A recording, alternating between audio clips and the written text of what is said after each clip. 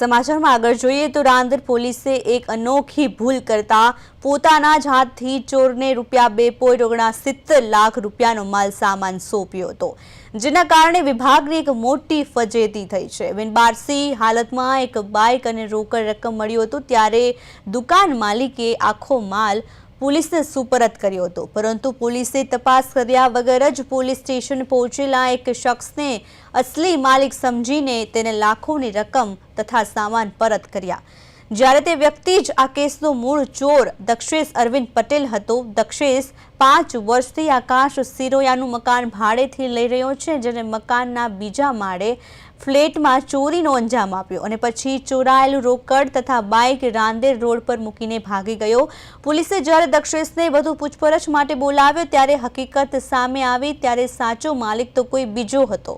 સત્ય બહાર આવતા પોલીસે દક્ષેશની ધરપકડ કરી છે, તેને જેલ ભેગો કર્યો અને કાયદેસરની કાર્યવાહી શરૂ કરી છે।